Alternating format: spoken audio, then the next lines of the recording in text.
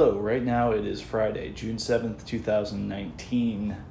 Public service announcement. If there is no reason, zero reason, that probably could be interpreted as something else. Zero reason for you to watch this video. Don't watch it. It'll be a waste of your time. Unless you have a very specific reason to watch it, then watch it. I recommend doing it at twice the speed. If you're me, future me, twice the speed. It's that one spot on the upper right, like with 3 dots currently, and you can change a couple settings. One is some sort of video setting or something like that. You go into a menu and it gives you speeds, and you can go on YouTube as fast as twice as fast. So that really helps out. And if I'm sitting there with which I plan on doing but I haven't done, a logbook, then I'll be able to count the reps and all that and make sure, just put check marks on the stuff I'm double checking with my workout book. Anyway, see if I hit my reps properly or if I'm forgetting things, which I'm pretty sure I have done, but I haven't double checked everything, so I haven't really spotted everything. But so far in the double checks, I haven't spotted anything, but it's just been random. Anyway, all that out of the way, this is going to be a little bit different. Going to get a little bit playful because 2 reasons. Backtracking on some of the weight. As of last week, Friday, I said I would backtrack, so I am. But I am increasing the warm-up a little bit, just for a test case. Today's the test case to see how I feel about the warm-up. Still going to do the JDS, still going to do the breathing. Anyway, and why are we here? Because there is the ankle weights right there, or the ankle whatever things. Anyway, so this is putting on these wonderful things. I try to close them so the inside and the front piece is out. Recently there was a friend of mine who asked about these things and thought they were something else. And she put them on backwards, and she had to go extra hard to get onto the pole. And then she had to work very extra hard and needed some help to get off the pole. Fortunately, she didn't weigh very much and it was really easier. I could have just one-handed. But it was kind of fun and funny and silly and scary for her. She thought she had good control of all that kind of stuff. But it does take a little bit of practice. So thus the video right here, there's a little bit of helpful tip on, here's the lock mechanism. Maybe I should tighten that up so it goes right near the thing. So swirl kind of locks in place a little bit. Don't kick it around too much and it'll stay good. These things have been used for years. Friend gave them to me and I'm very thankful for them. I hope everything's going good with him. And anyway, so yeah, feels pretty snug. Tighten it up. Put the little lock. This one's a bit tighter. It's not going to move around too much. That keeps it from somehow. So you got like a double locking mechanism, or double holding mechanism. First one right here. Put that. Tighten it up like that. Stays in place. Stays in place pretty good. This makes sure that thing doesn't come up to release it, so you won't be upside down. All right. So what are these things for? They're called gravity boots. And what are gravity boots for? For inverted sit-ups. I try to do at least 3 of these every day. Today I'm going to go for like 7 because that's a good number. And I'm not going to do full. There's the pole. Probably want to get that in the frame. Maybe I should get further back so we can get everything. Yeah, you get pretty much the whole idea there. All right. This could be a very embarrassing video if I screw this up. Let's not make a mistake on this. All right, so here's the chin-up bar. Just to have fun, we'll do the chin-up warm-up first, just to get that out of the way, because you don't see me on this chin-up one too often. All right. The L's a little bit different. 2, 3. With the L-shaped chin-up, it's just a little bit of extra weight. I should have been expecting it, but I didn't expect it to be as heavy as it was.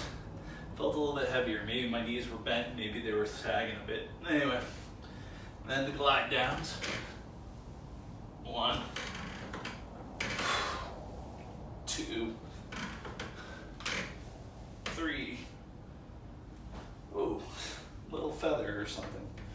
piece of dust was gliding down with me. I'm going to choose to call that a good omen. Then 4.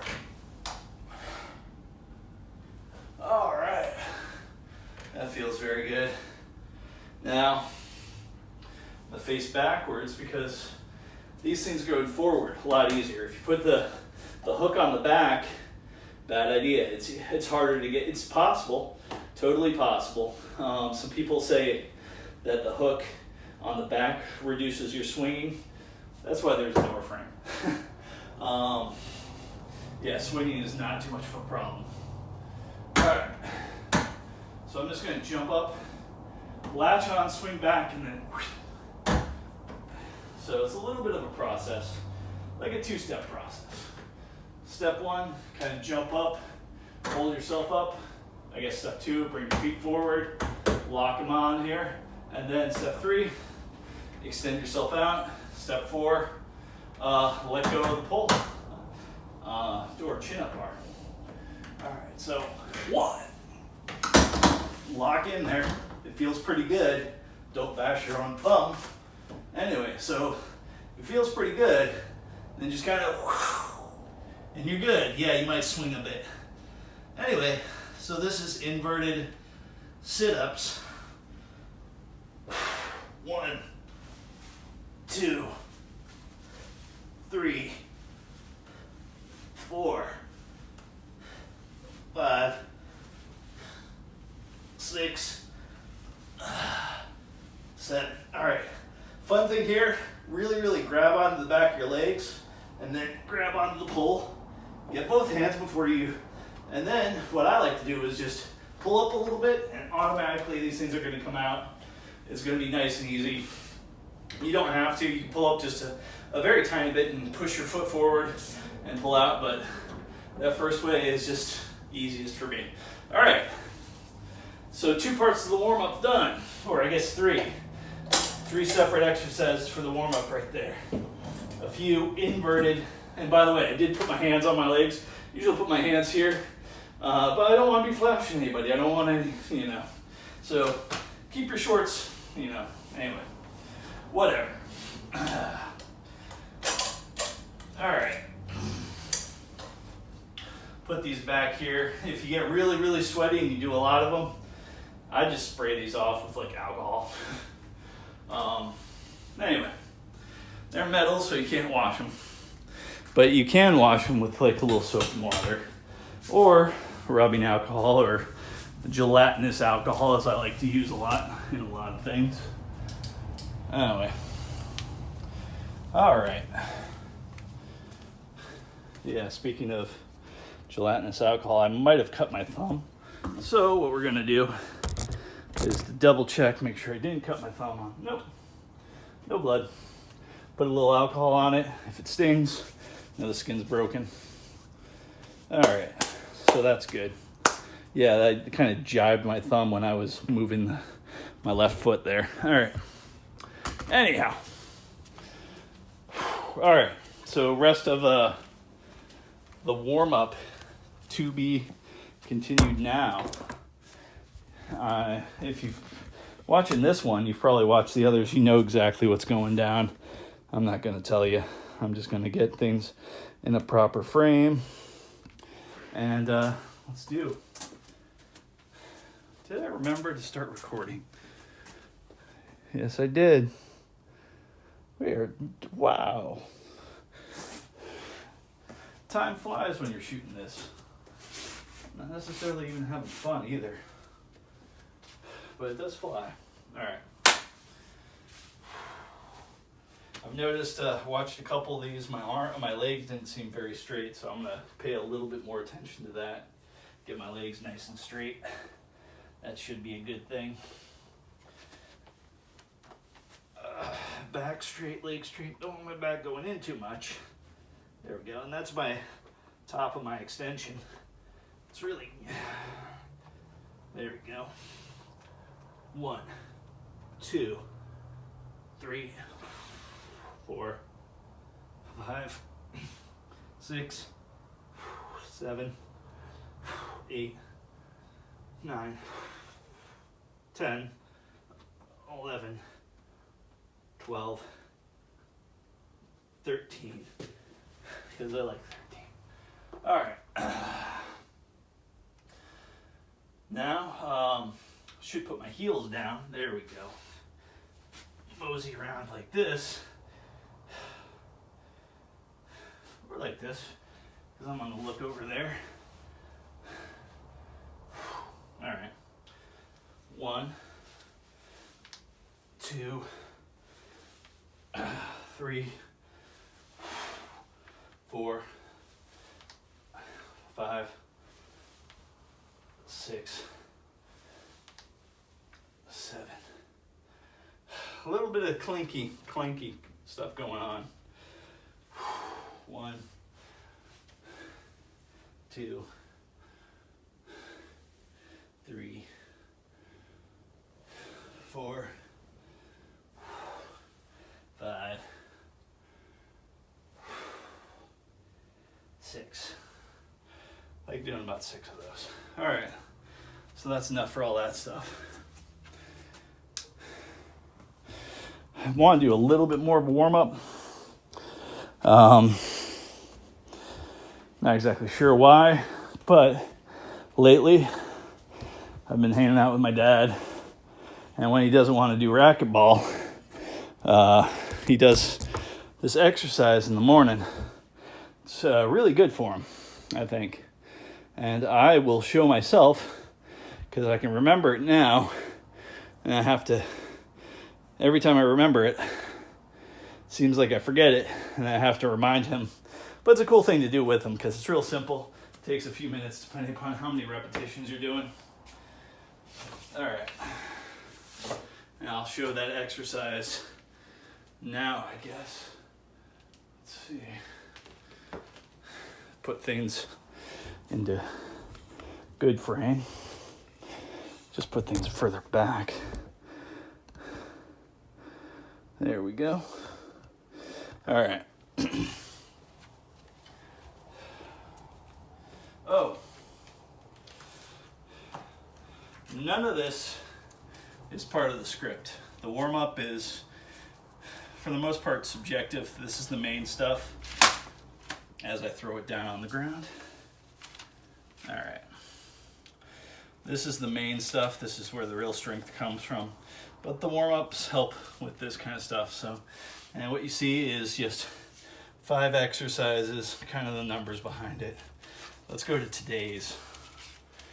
I pre-write it. Here is today's. Yep. 1906. No, this is not today's. Let's keep going until we get to today's. There we go. 190607, Friday, FR. Okay, and there is the exercises. So I'm glad I turned this to the right page. Very happy there. Maybe I need a darker pencil or something. I can, if with a flashlight I can see it a little bit better. All right, here is the thing. I think it's 7 exercises, 4 top, 3 bottom. It starts out with this kind of thing. But the second exercise is shoulder shrug. I'm gonna really try to be quiet and listen to see if the camera can pick up all the snap, crackle, and pops going on inside my body when I'm doing that. Reason number 3 to do this.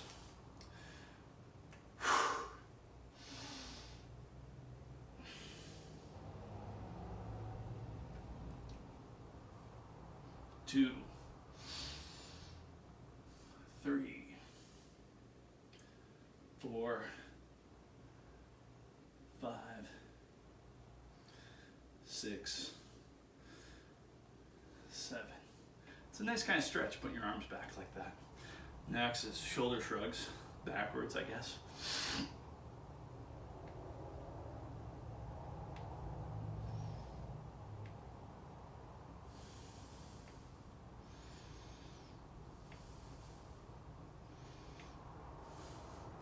Definitely feeling some pop in there. It's kind of weird.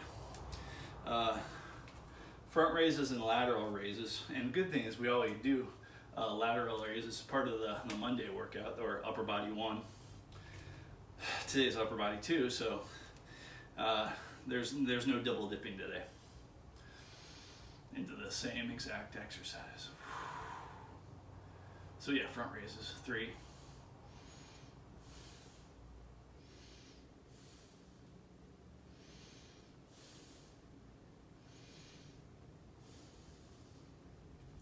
Then lateral raises, 1, 2, 3, 4, 5, 6, 7. Okay, now the top half's done. Go for the bottom half, which is marching in place. And 1, and 2, and 3. You don't have to put your hands here. 4, 5, and 6, and 7. So just doing a set of 7. The and is because each leg. Then we do almost the same thing, like a front raise and a lateral raise, but with your legs. One leg at a time though, because, you know, balance, gravity. 1, 2, 3, 4, 5, 6, 7. 1, 2, 3, 4, 5, 6, 7. And lateral. 1, 2, 3, 4, 5, 6, 7. Other side, and then we're done. 2, 3, 4, 5, 6, 7. It'd be interesting if my counting was off on any of those. Even with counting out loud, you kind of never know. I don't know. Maybe I just have a penchant for double checking myself. I've made too many mistakes in life. All right. So we got the trusty rusty jump rope. No rust on this thing. I don't think there's any metal parts. It's just plastic and plastic and plastic. And yep, there's plastic there too. Less than $5, I think. That's probably why I bought it. I was like, oh, $1 for this? Yeah. And as I kind of whizzed past my nose and eye on that one. All right, so chest is upper body, so gonna just a little bit of blood flow. That's all I need. Then a breathing exercise. Just need to feel a little bit of tinkling there. Tinkling. Ooh, tingling. Let's go with tingling. Don't want any tinkling. Tingling, yes. Tinkling, no. Tingling versus tinkling. Try saying that 10 times fast. Tingling. That's what I want. See there, I'm getting some tingling right there. All right. I'm gonna guess that there's a little bit of redness coming up. I can't quite. Yeah, I kind of. Yeah, a little bit, not much. And then we'll do the same thing over here.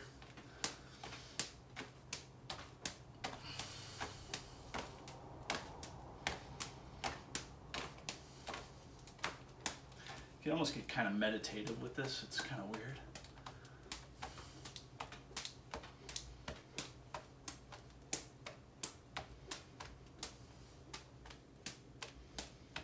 The smart thing to do would be that one connection tissue right there. Really get that. Maybe get that better on this side a little bit. Maybe get them under.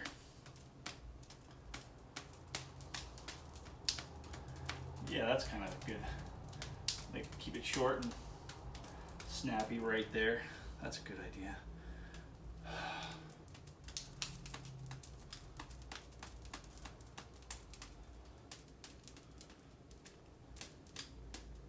All right. So, jump rope, dermal stimulation, blood flow. Hopefully, a good idea. But if it's not a good idea, then it's no permanent damage. Literally no skin off my back because no real injury. All right. So, got a little bit of the JDS done. Gonna put put this in proper numbers because I already know I didn't.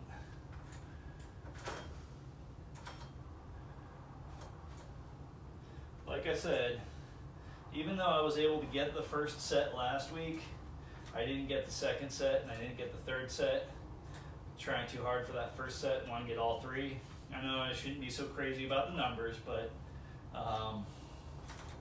kind of want to do this with no injuries. So if I'm pushing that hard for something, injury is possibly on the horizon.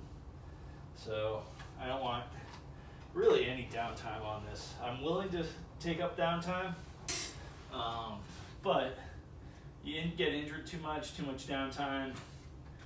It's all about where I am. Somewhere, I guess I plotted out what March, beginning of March 2021, something like that.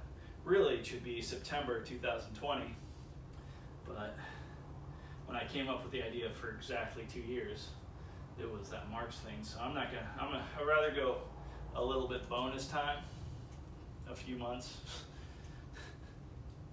October, November, December, 6 months bonus time in that 2 years. So it's 2 years, 6 months pretty much. So yeah, I'm gonna do 2 years, 6 months. And then that way I'm sure I did 2 years, because that gives me, if I take off a week, does that really count? Well, I'm not gonna be taking 6 months of weeks off. I've already taken off a week at least twice in this journey since September. So, there we go. All right. Whoa, forgot to do this guy. There we go. I'm probably gonna double check that after the breathing. Right now, I'm just gonna breathe. Breathe.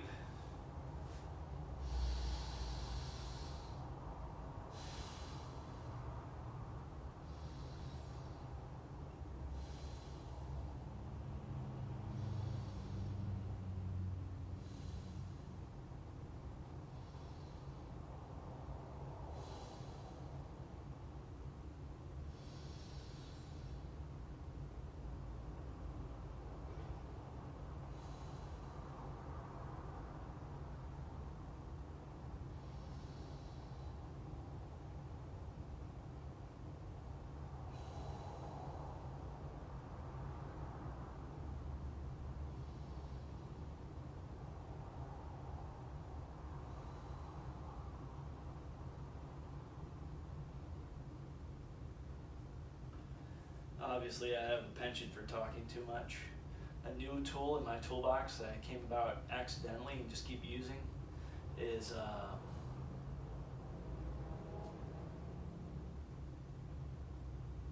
that right there, stopping at a weird spot in the dialogue, where somebody's just listening for the rhythm of my dialogue. I stop and I wait to see if he or she has a response, or if they're active listening at all. Kind of fun. You really get to notice that, and it's not getting other people. It's not like, oh, you're not listening and you're pretending to. No, it's my fault for not being engaged in a manner of speaking that is for my audience.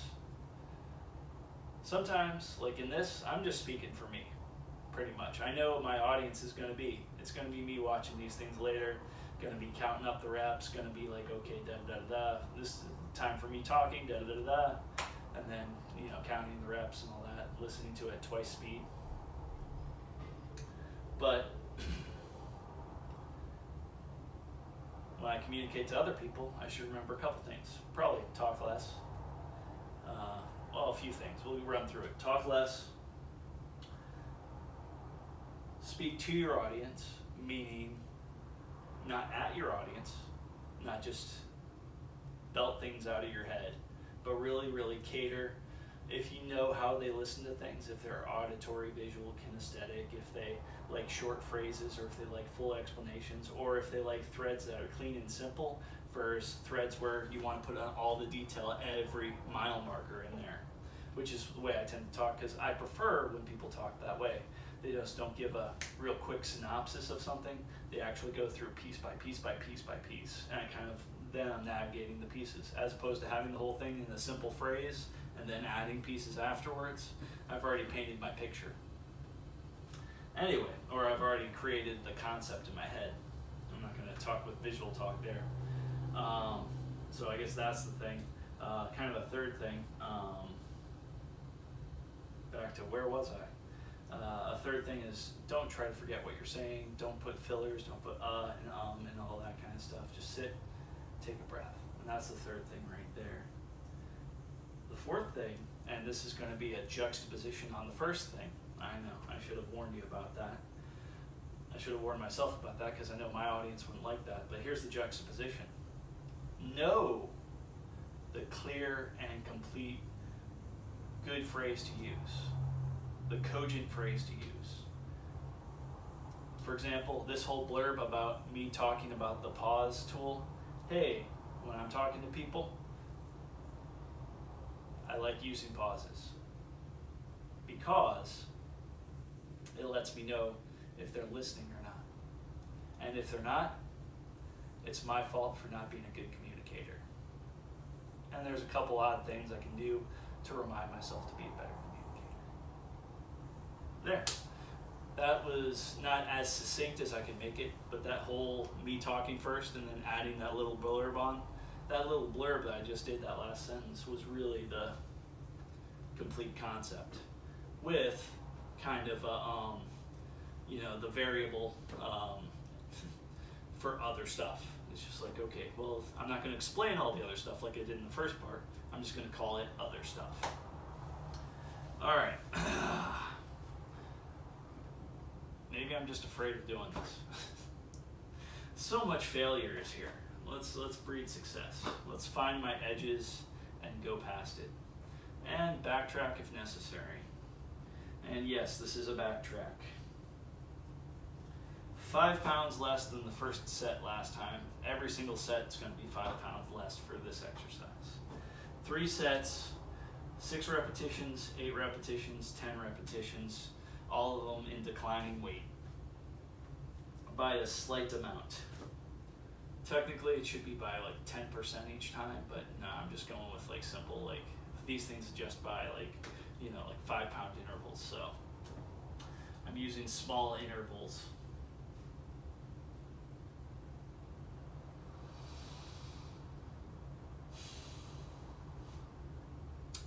Still kind of feeling that. That's good.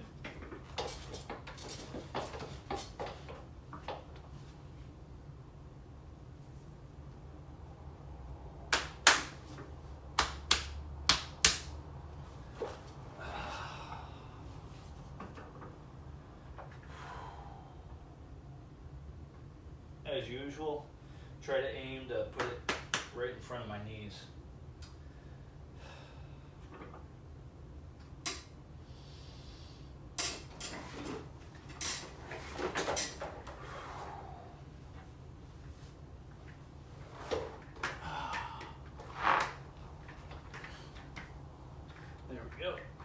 Wiggle it around to get it to the right position so I can offload it to the lift position, which I'm going to use my legs to do. That's why it's important to put it in front of behind my knees.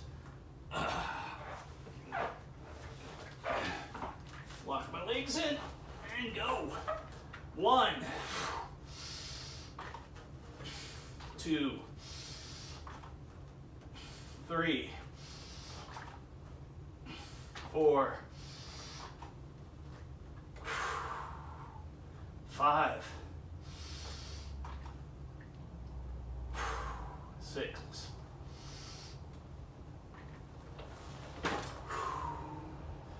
That's a stomach exercise in itself, just kind of sitting that up. All right, that didn't feel terrible. I know I could have, might have sacrificed a lot of the workout if I went harder on that. So, and that's pretty much what happened last time and the time before. So, yeah, I didn't believe in pacing myself before, and that could be argued because I definitely take good rests in between sets. All right, before my legs fall asleep.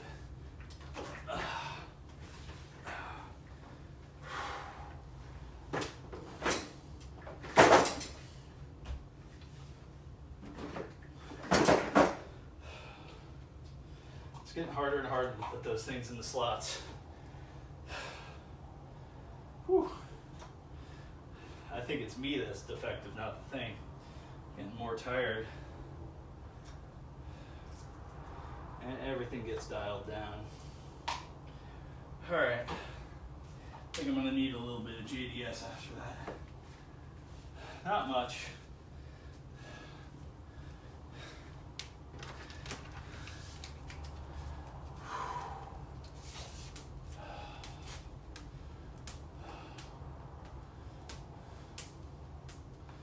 All right.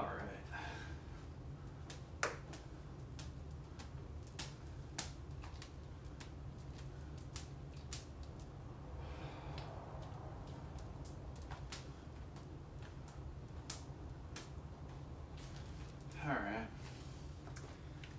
Good feelings all the way around.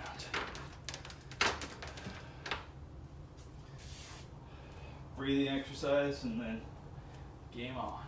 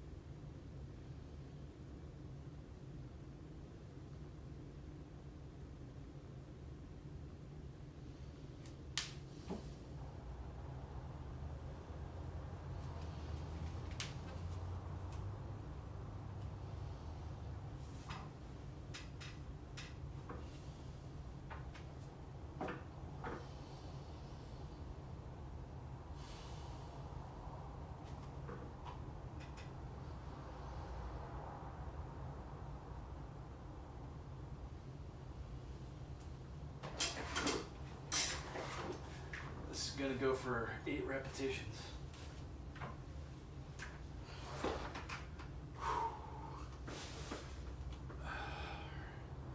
This side's feeling a little bit wobbly, just because I didn't put it in the right spot. So I'm gonna adjust. There we go. Oh, it's still not quite right. So I'm gonna lift this side first. Left side's lifting first.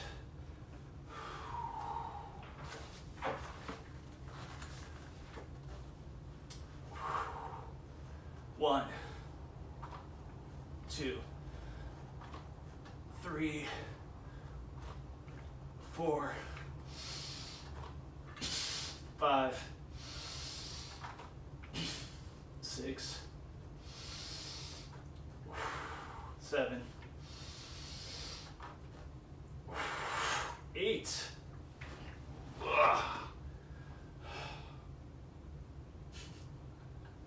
I'm grunting on the finishing up. That's funny. I thought this was a no grunt zone. It's only me, man. Whatever the rules are, you get to make them.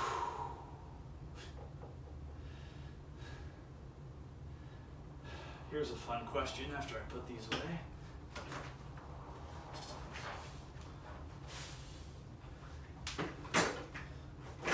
I often have fun with the idea of subjective reality. There was a time in my life where all I cared about was truth.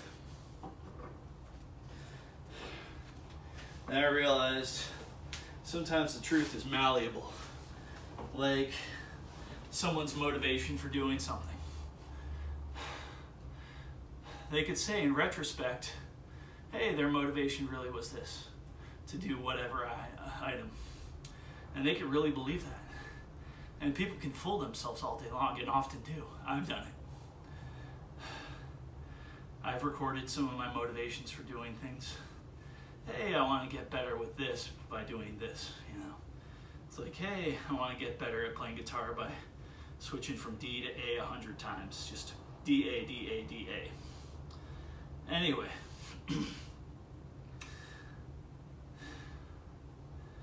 now I look at that in retrospect. Let's say I videotape that, and I announce my motivations, and I think about it 10 years from that moment, and I say, yeah, switching from D to A that's a lot of fun. I did that for fun. I used to do that chord change for fun. Now, that is real in my subjective reality at that time, but the moment, and you could argue that truth says, well, since you videotaped it and you said your motivation was to get better, not your motivation was to have fun, then that might be a false reality. That might be a lie. That's not the truth. But back to subjective reality and how we can use that. So let's say I care about the subjective reality, not necessarily the truth, unless the truth is an absolute thing that hurts the world. Sometimes subjective reality does better for the world. Hear me out. I'm going to try to use this example. I haven't quite thought this out yet. So the subjective reality is, hey, I did this chord change for fun. I used to do this chord change 100 times a day just for fun. And then I got really good with that chord change and figured out cool things I could do with that chord change that led me to other things down the path. All because I had this premise because I did it for fun. When really I was just doing it to get better. But let's say I got better because I was doing it for fun, or I believed at the time, way back when, I did it for fun. It makes a better overall reality.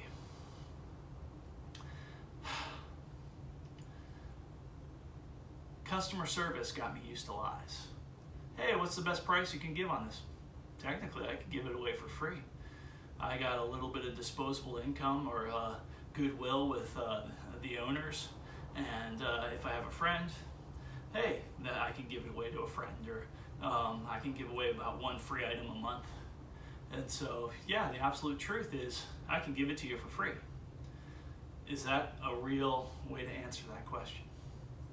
No, the customer doesn't want to hear that, because chances of them being that special friend that you're going to use your one time a month thing to give an item away for free on is not going to probably be with them, so it's just hazarding with them.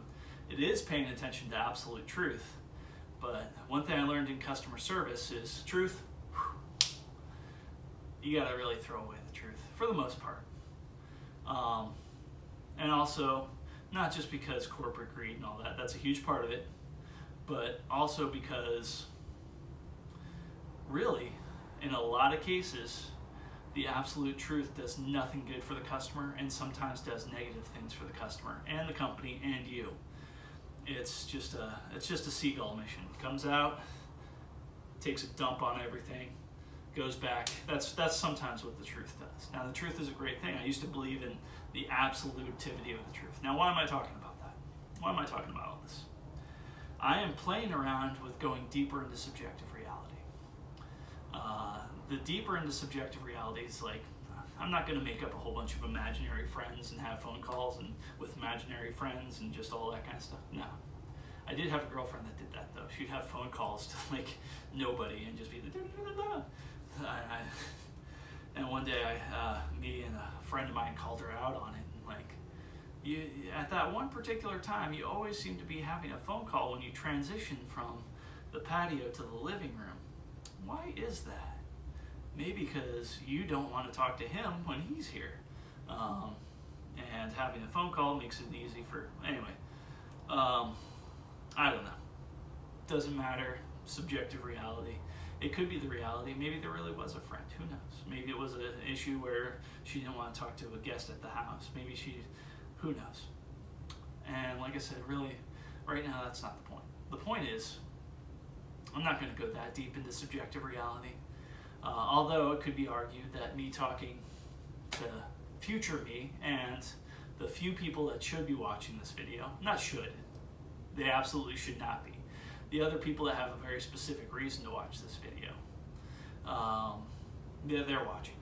So a little bit to them too, but mostly to myself, this whole idea of subjective reality. The more it is to myself, then the more it becomes this weird isolation tank of subjective reality. But we won't go there, because I could go on for hours of the power of being able to sit alone in a room for over an hour and be happy. And I think that is I was going to say Nietzsche, but it's not Nietzsche. It's Proust or Proust. Proust, I think, is the way it's pronounced. Anyway, philosophical ideas on Proust, I think. Doesn't matter. What does matter, or at least doesn't matter in this moment,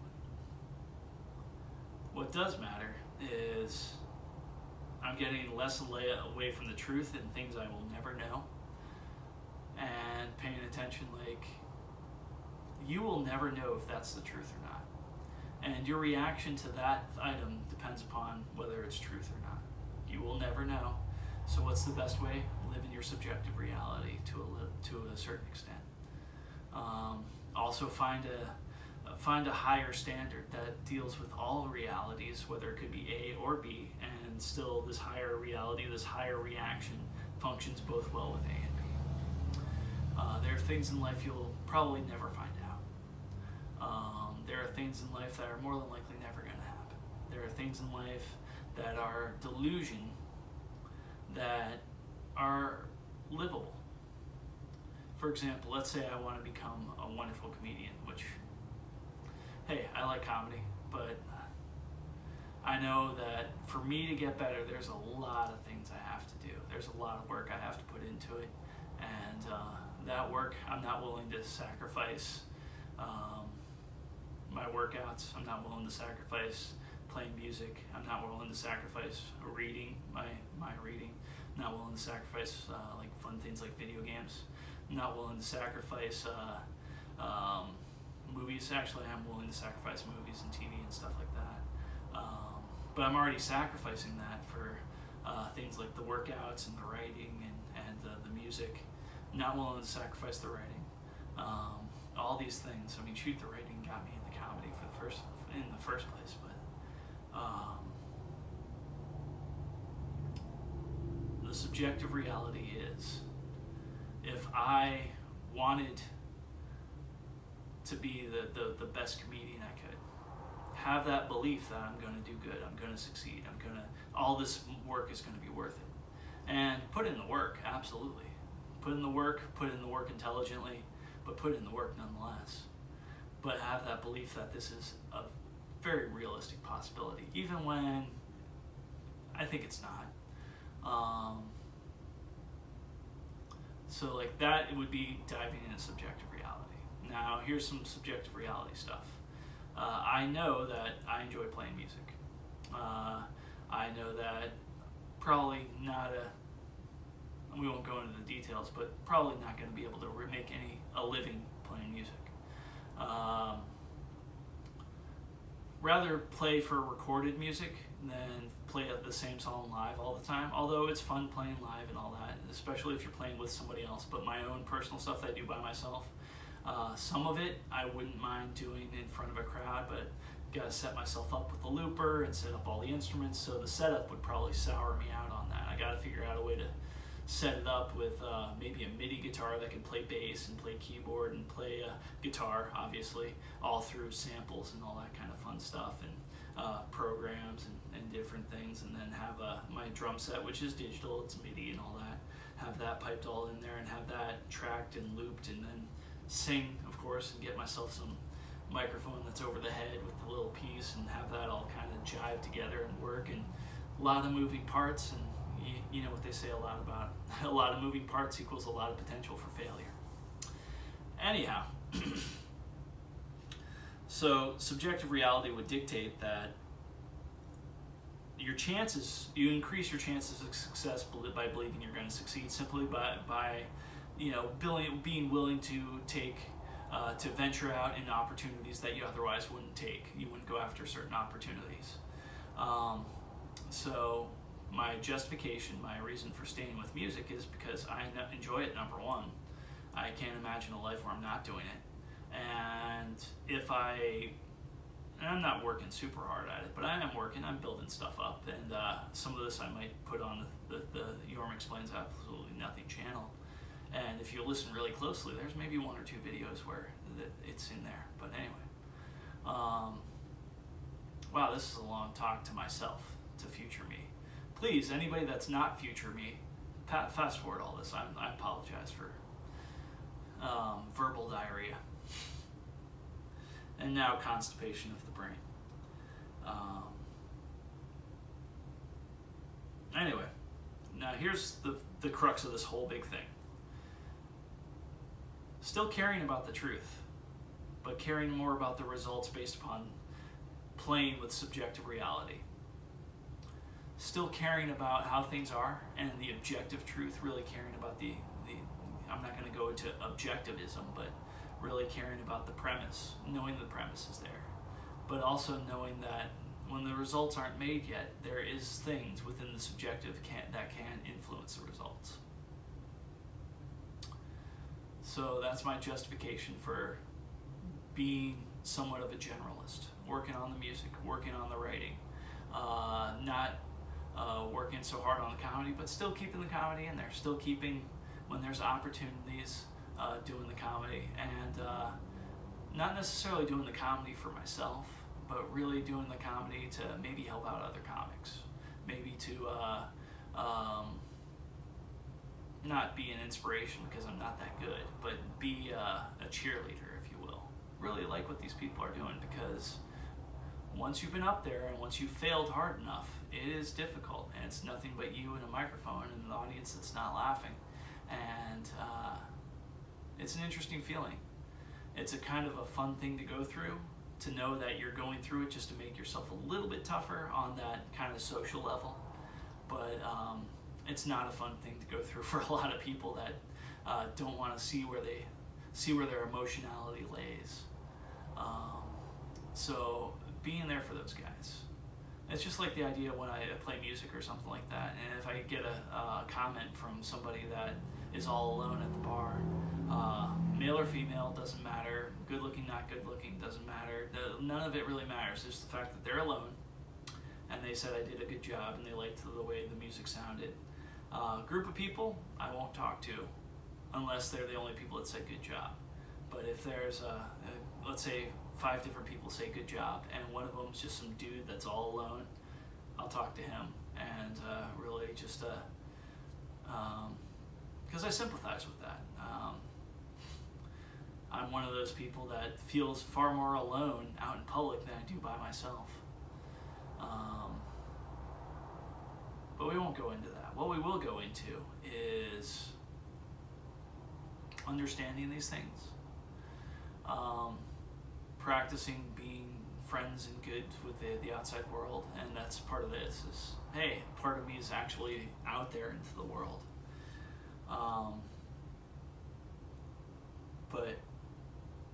And the big part of this is obviously accountability. I'm not holding myself accountable by not doing the next set, which is going to be a set of 10 at 55, or something like that.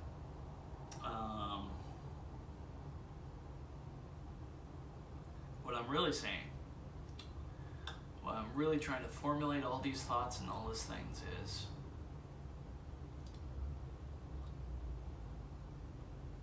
I like the objective truth, huge fan of it, but I like the power of subjective reality, interpretations, especially a thing like a song. A song can mean whatever you want it to mean. It doesn't have to mean to you. If the writer wrote a song that means terrible things, but you interpret that as wonderful things, that song can still mean wonderful things to you. Subjective interpretation. So I am willing to learn, to play with subjective reality in a way that makes me better. I just hope I don't lose any important parts of my sanity. Now, I'll give you an example where subjective reality and insanity are kind of simple. Someone says something horrible to me. Hey, da da da da da da. And I choose to interpret that as nothing. I choose to interpret that as the same thing as like a little 5-year-old throwing a tantrum my way. Not to devalue the person throwing the tantrum or whatever at me, but the insults. Maybe the person is somebody highly admired and highly respected, and they just tear me apart. I could go for that and say, okay, I'm going to feel hurt by that. But no, I'll take it as almost meaningless at first. The emotionality, meaningless. Absolutely meaningless emotionality-wise. So that's subjective.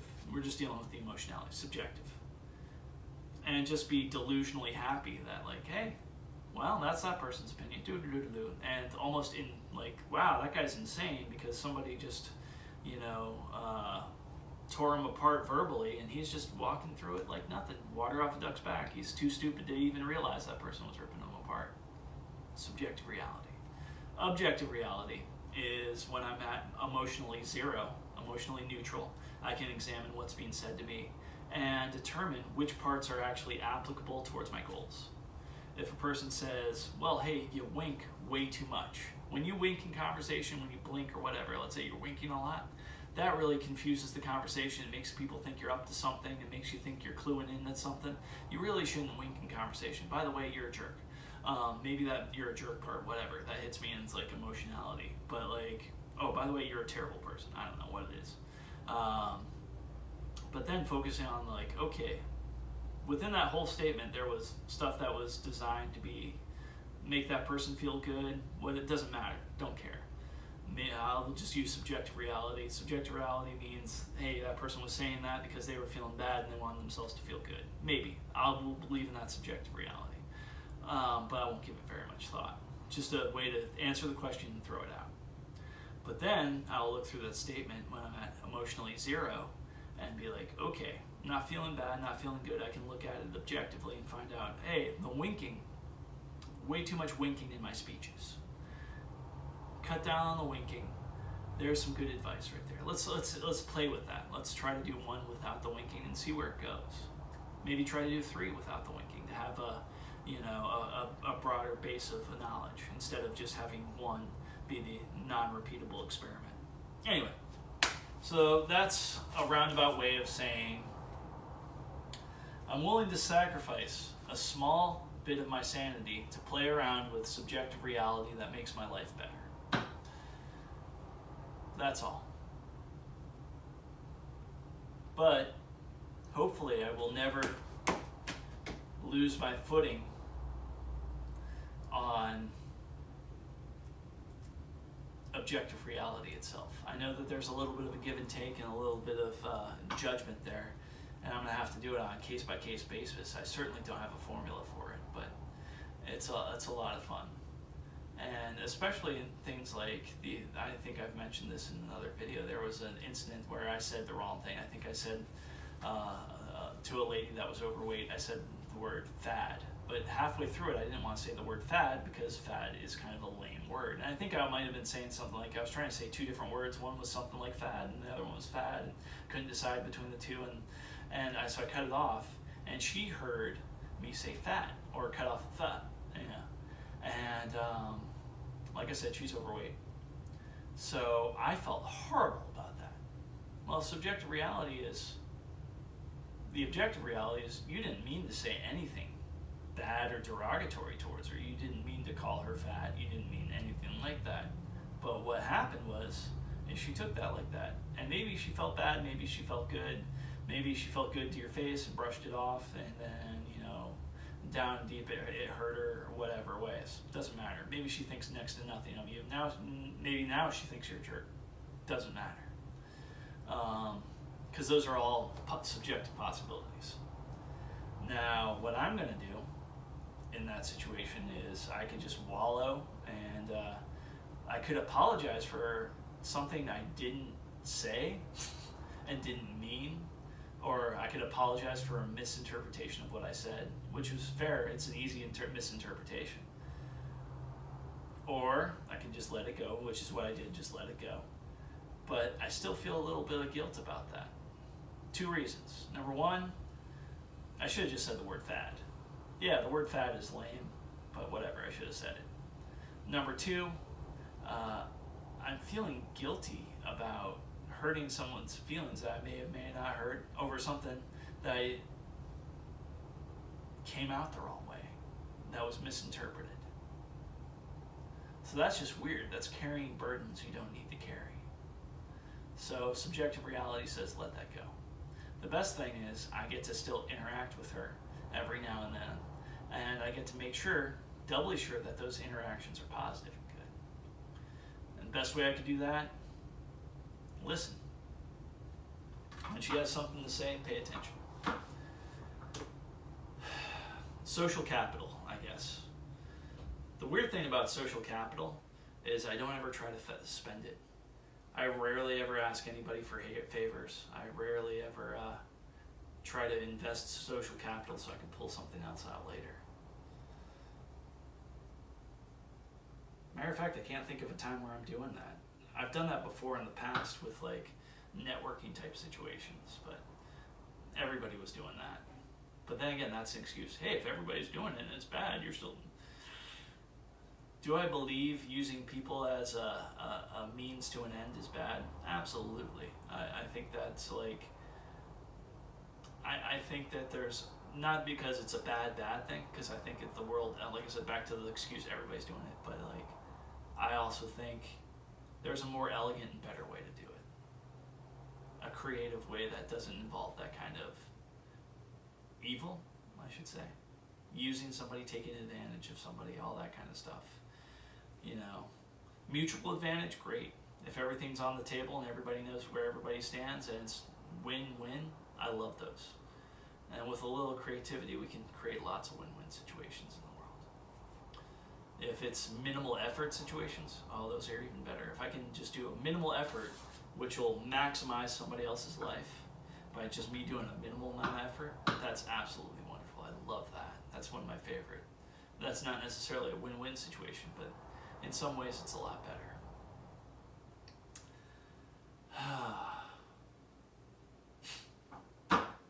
Oh, you know what? I do ask for favors. Always asking my dad for favors all the time. Like, hey, can you help me out with this? Hey, my sink's or my shower's leaking. Can you help me out with some stuff, and we can figure it out together and spend a whole weekend, and on the other side of the weekend realize how awesome my dad is, and I feel pretty proud that together we accomplished the task and did it the right way. Speaking about sinks and stuff, he just took a major, what it seemed like to me would be just a terrible leak situation. Went through a whole bunch of work that didn't work. Phase 1 or phase 3, I guess, of the solution. Solution phase 3 didn't work, and he went all the way through it and didn't happen. And then finally phase 4 was another simple solution. It just involved buying some certain stuff that's geared towards garbage disposals. Totally worked.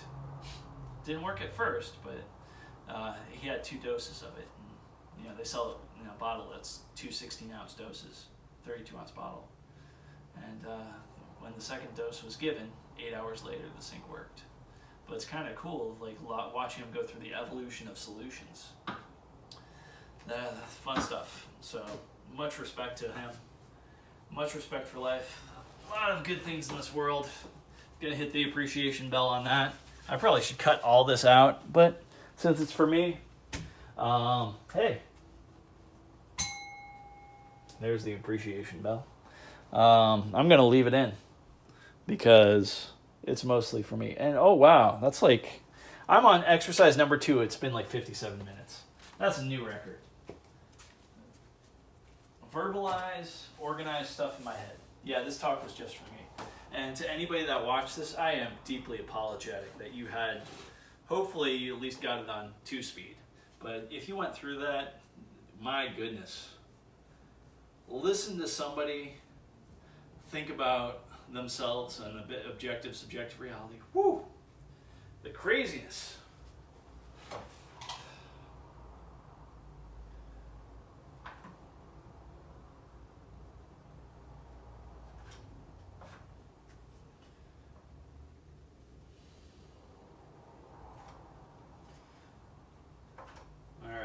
Set of 10 on this. Gonna do a little bit of breathing first. I probably should tone up with a little bit of JDS, jump rope dermal stimulation. Not much, just enough to get me on the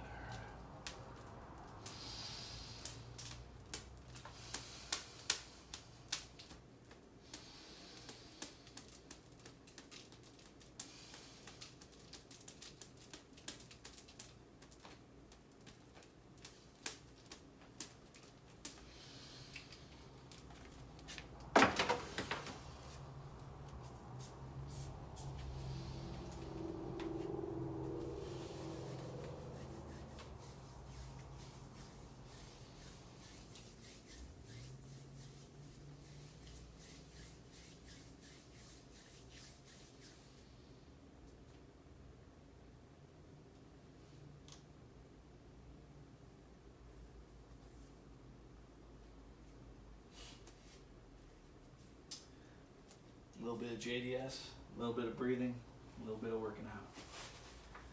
And a whole lot of talking.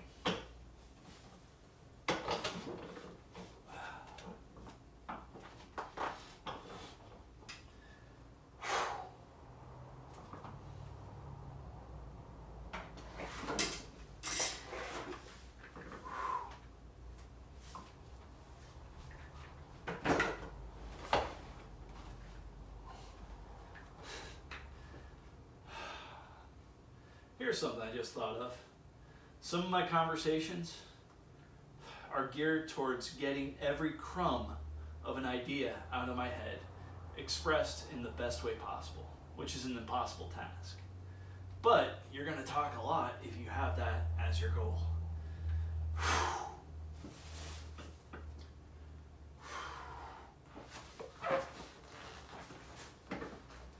One, 2, 3, 4, 5, 6, 7, 8,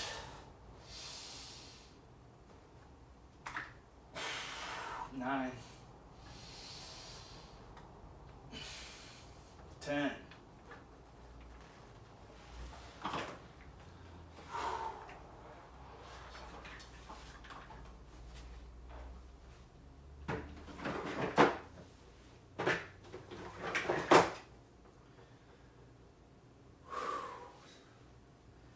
%20 way through the workout.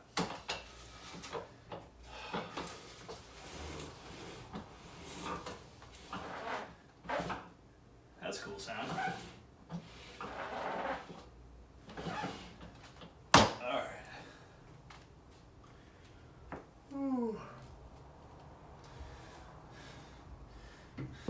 Here's a little trick I was thinking of. Talking about that D to A. That sounds all right.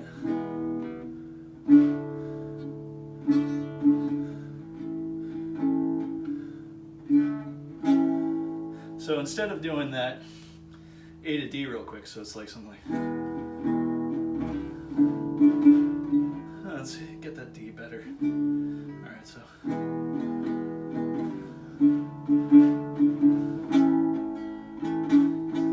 So do it that way instead of going.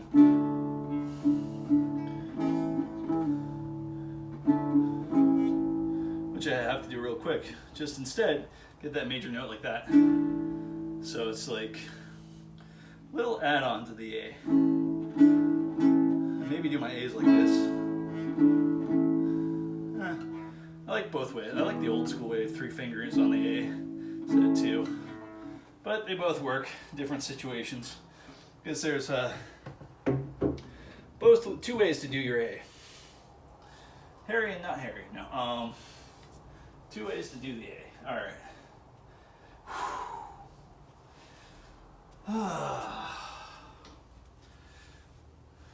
Should be a change of scene.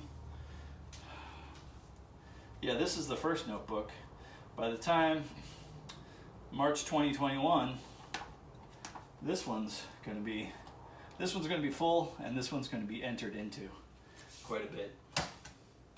Each page is one workout, and so far, not quite halfway. All right. Just me feeling good about myself. Like, hey, you're on the path. That's good. There's something about checklists that's like, gives you that little hit of dopamine. You know, you check it off, and it's just like, yay, did something. Something about a filled notebook that makes you like, hey, I did a little bit of writing. Or I examined this subject, or whatever it is. All right, so I'm pretty sure, hopefully my memory can cover it because I didn't bring the notebook with me. And I didn't bring the timer, and I didn't bring the jump rope, so that's where we stand. All right.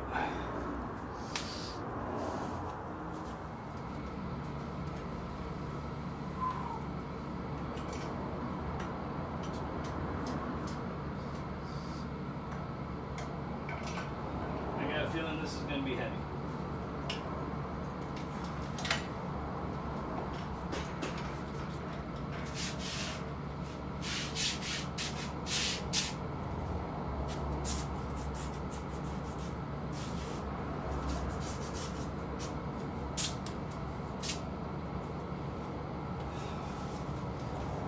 Remember when I was a little kid, one day I played basketball on some concrete, like a concrete driveway without shoes. Played for a while. My feet felt weird afterwards. And then I got all like these like pus filled like blisters on my feet afterwards. It was the weirdest thing. And then I went skimboarding with these like cushioned soles. Don't remember it being terribly painful. I just remember it being really weird. And even weird was popping them and getting the skin off. That was, fortunately I didn't do that too soon. The underskin was still kind of raw, but not too raw. Had these weird, not scabby feet, but just like skin fluffed off feet. Good days, good times. Being awkward, talking with people, even more awkward than I am now. Still working on it. Still working on being a social person. Still fall into bad habits though. Looking away from a person instead of talking directly to the person. Gotta make an effort to look a man in the eye when you're gonna, whatever you're gonna do. What I am gonna do is gonna breathe.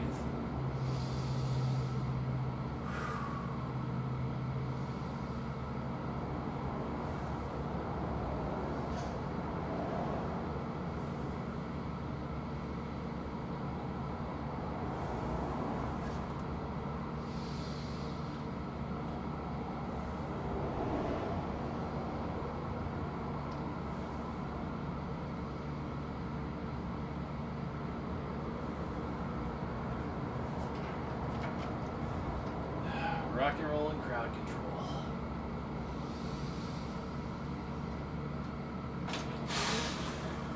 Set of 8. 2, 3, 4, 5, 6, 7, 8. A little bit too much backswing on that.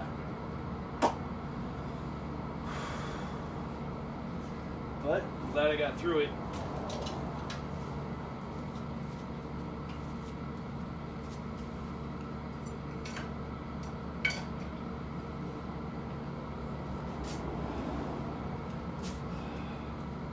Maybe I got some electrical cord around here for the JDS.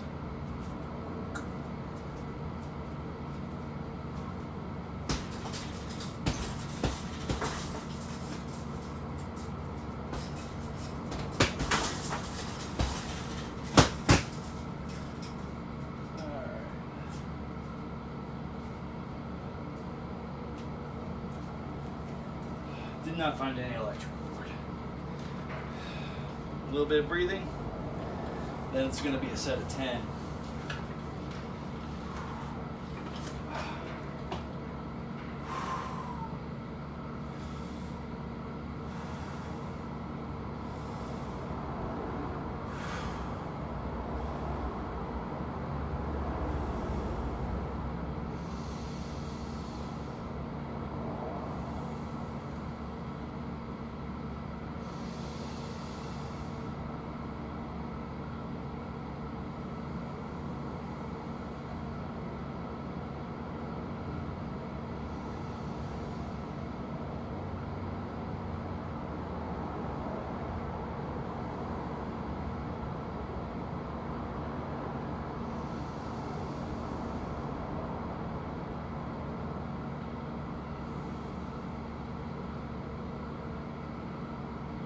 The breathing exercise is very nice. One thing I tried to visualize right there was experiencing the breath, breathing in. Then, after I breathed in, experiencing my heartbeat and feeling that heartbeat if I could throughout my whole body. Then, breathing out. then on the hold, where I've breathed out, experiencing the heartbeat throughout my whole body. So on the holds, I experience the heartbeat, the blood flow, the pulse, sort of. We'll just say blood flow through your heart. Really focusing on your heart and then kind of seeing that if that feeling goes around to the rest of your body, that blood flow going around.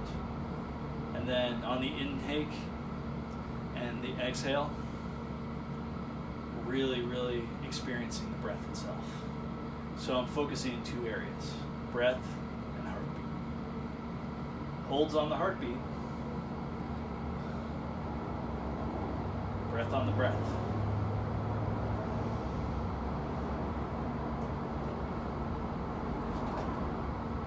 Set of 10.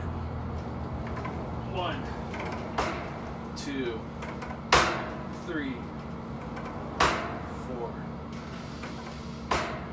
5, 6, 7, 8,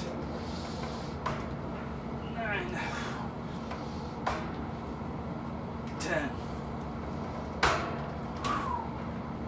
The fatigue is certainly there. I was going to say is real, but that's a little bit too catchy. The fatigue is real, man.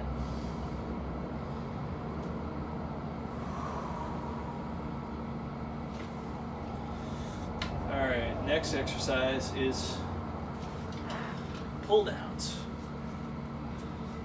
I used to call it cable pull downs, but I'm just going to call it lat pull downs. So I switched it up in my notebook that way.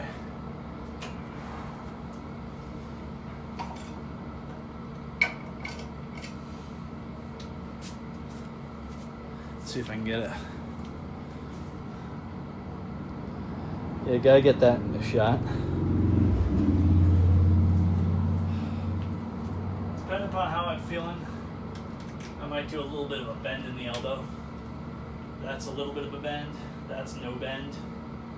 We're going to try the first few with no bend, and we're going to see what the bend does. The bend may make things easier, and we may not necessarily want to go easier. So straight, this is bend, this is straight. Set of 8. 1, 2, 3, 4, 5, 6, 7, 8. All right. Now what I meant by eventually I'm always going to go a bend on that. This is kind of a combo exercise. So holding it full straight all the time. Number one, I can't really do that. Let's just see if I can do one purely straight. So yeah, still automatically going with the bend. And then I kick in, bend it a little bit, make it easier, transition to that tricep. But I'm still still keeping my back engaged. At least that's what it feels like. So it feels like a good exercise. It's a weird exercise, but it still feels like back and tricep, and which is like upper one. Upper one has specific back and specific tricep. This one does not have specific tricep. Then it goes into bicep, just like upper one. There's a lot of similarities between there. And that keeps me from having to do 6 exercises on upper one instead of the 5 exercises. I'm kind of capping out at 5 because really going to try to reach my edges and kind of pour my all into this. And like last time, I think I poured a little bit more than my all, and I was left feeling very diminished and went to hit failure on a couple exercises. At least I think I hit failure. I couldn't do anymore. It's subjective, I guess. Not objective. I would love to believe that there was a little bit of gas in my tank and that I could have just pushed through it or adrenaline through it or something. It doesn't feel like that, but maybe.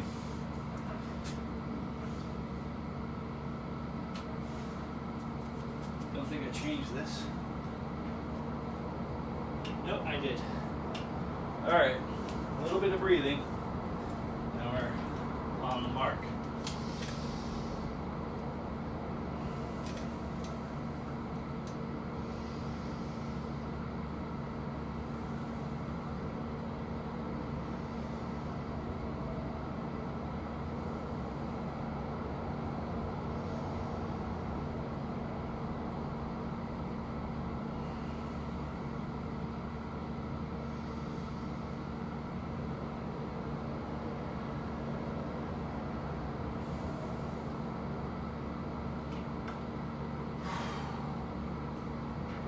This will be a set of 10. 1, 2, definitely felt a twinge in my shoulder there. 3, only a small twinge though.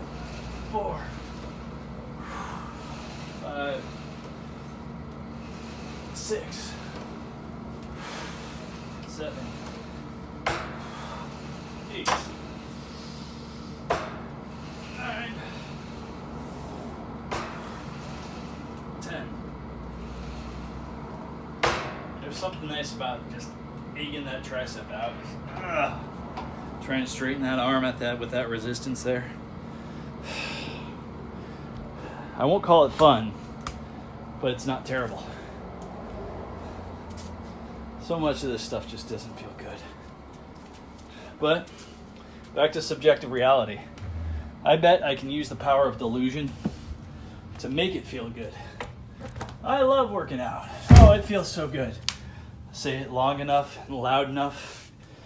Maybe like those car advertisements that like they literally show the same advertisement almost back to back. The same commercial break having the exact same advertisement on. You know, same commercial. Commercial A, commercial B, commercial A again. I hate that stuff. Alright.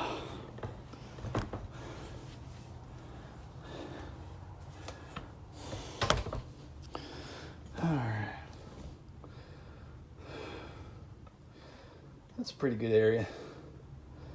Yeah, I like that. Got my old school computer in the shot. Good old CRT monitors. CRT 15 inches. Okay, maybe it's like a 12-inch monitor or a 13-inch monitor. But still, old school CRT. Alright. My 20-year-old computers.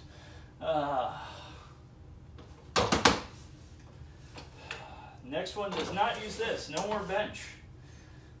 Should be hammer curls.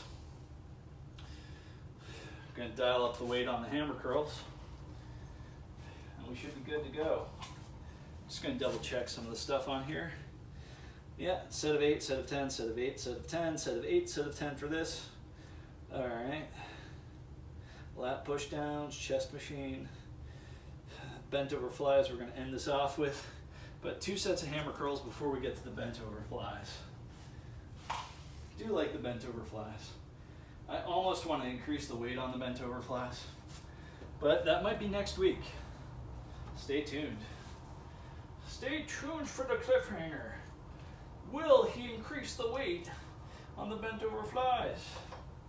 Find out next week. Didn't you hate that? Dude, I hated that so much. Find out next week. To be continued next week. It was almost the point where if I knew a show was going to do that, I just wouldn't watch it. It's kind of how I feel about Game of Thrones the last season. Like, I have friends with HBO.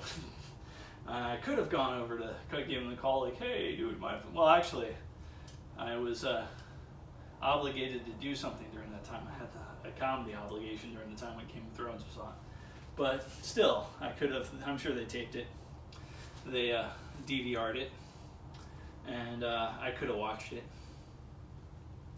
But no, I wanted to wait till the whole season was over. And now that the whole season's over, maybe I'll give somebody a call tomorrow. Ask for a favor. Like, hey, did you DVR Game of Thrones?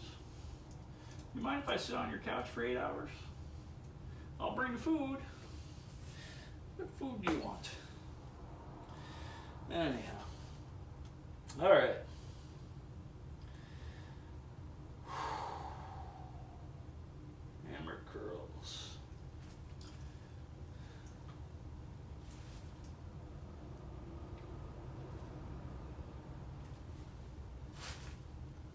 Alright, that sounds about right.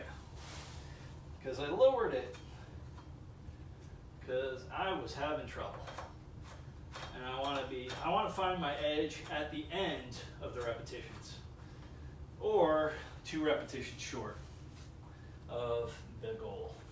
So if the goal's 8 and I'm reaching failure at 6, then maybe it's a good weight. At the same time, failure just feels like rejection too much.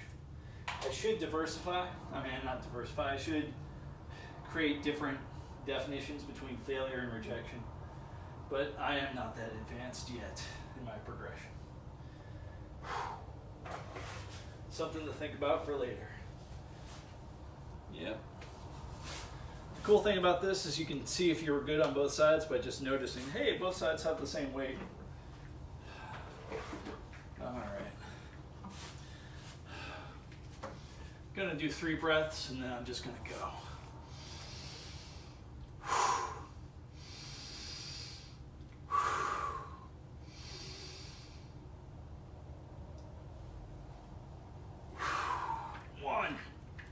Still heavy. 2, gonna use momentum. 3, maybe that's why I down the weight a little bit. 4, 5, 6, 7, 8.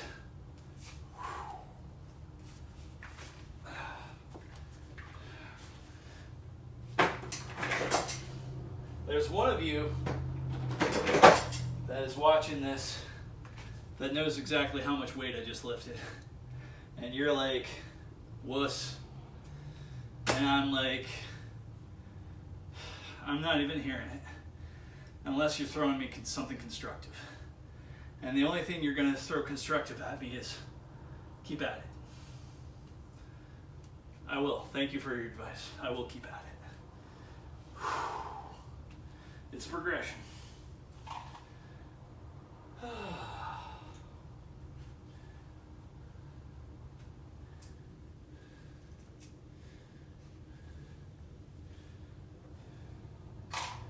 All right.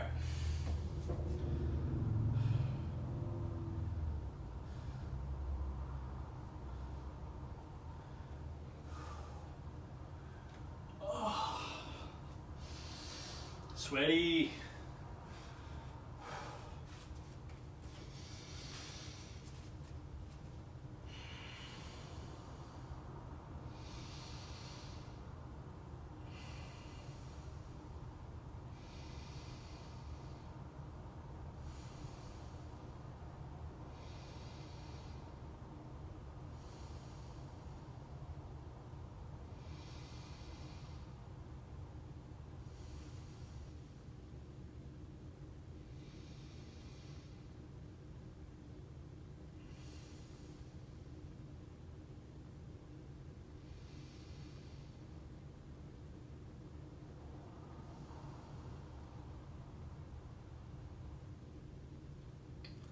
On those pauses where you're holding your breath full and holding your breath empty,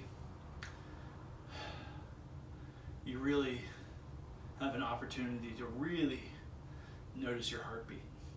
If you're trying to notice your heartbeat while you're actively breathing, it's a little harder to notice. At least that's what I've noticed just now. Making an observation. Not sure if it means anything, but maybe it'll be useful for someone, future me, possibly, later. And later it always shall be. There's no stopping time.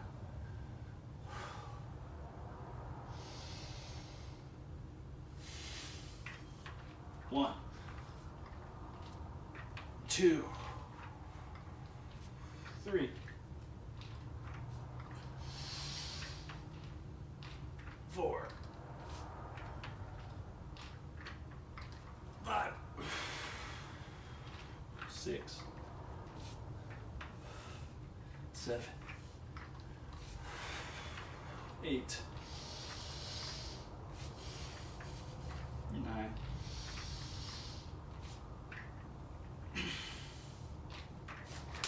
10. A little bit of momentum on the end.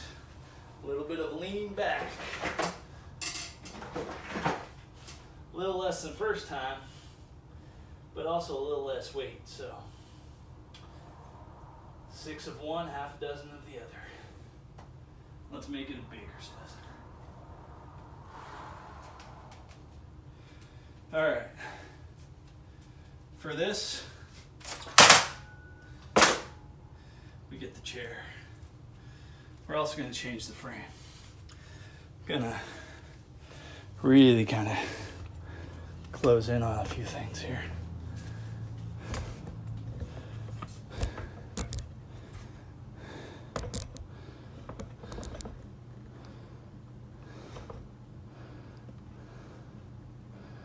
Yeah, I think that's about the right spot.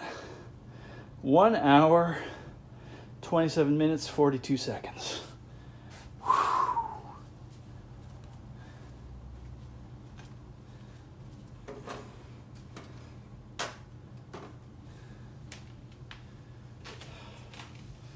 Yeah, thank goodness I put my phone on Do Not Disturb.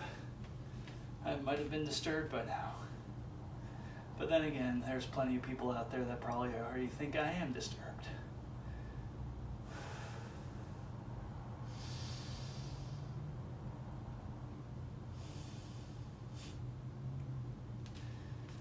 All right.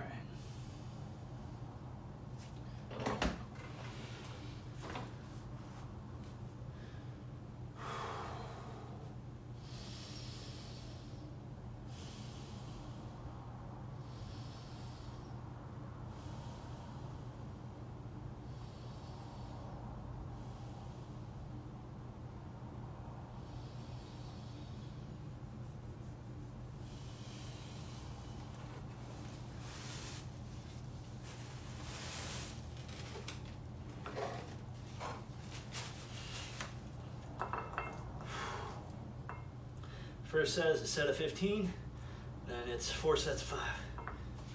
1, 2, 3, 4, 5, 6, 7, 8, 9, 10, 11, 12, 13, 14, 15. Gently put down the weights.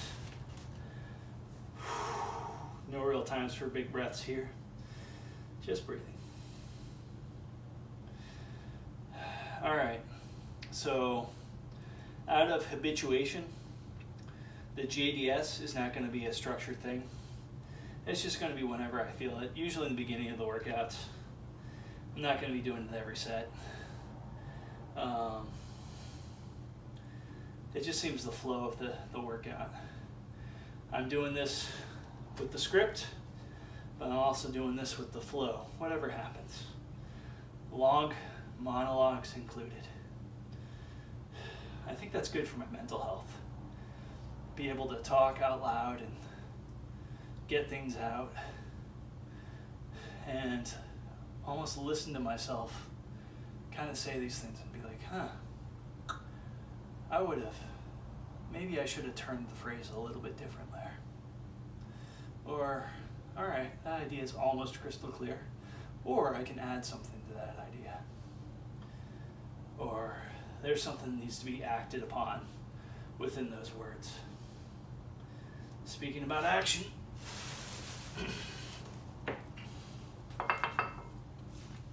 Today is good for segues. 3, 4, 5. A lot of good segues in this conversation with myself while working out.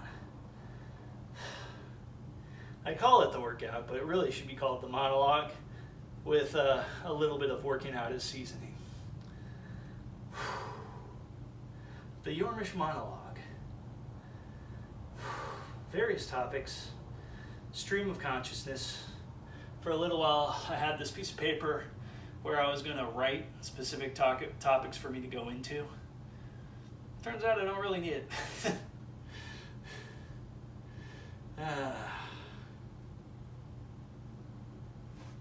Set of 5. 1, 2, 3, 4, 5. Got 2 more of those.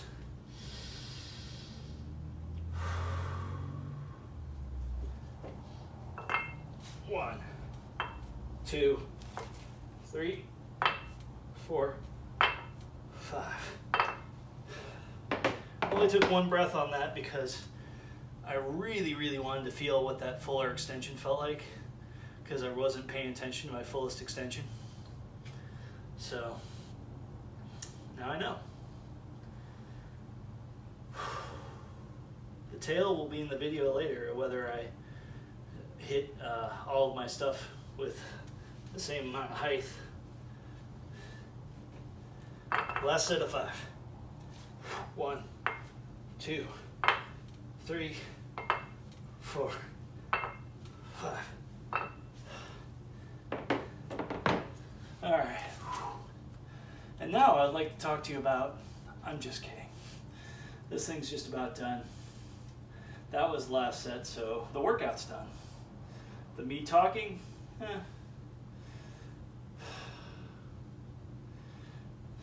I love how now I don't need to write down in my little like music progression thing, like, hey, I'm really liking how the A chord with the pinky finger added on simulates the kind of like close to the D sound, but it sounds kind of nice.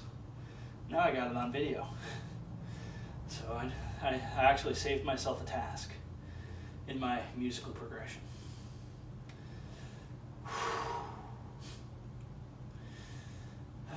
Special thanks to some of my friends that play guitar and allow me to watch them and really focus in on what they're doing on the fretboard, and teaching me things while they're enjoying themselves playing guitar.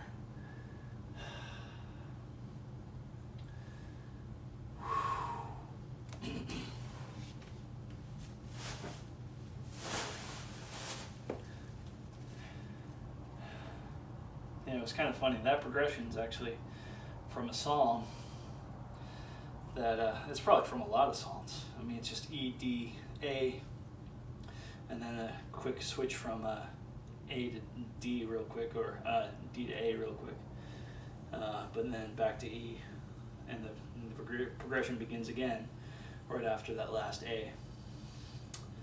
But wish I could remember what it was. I think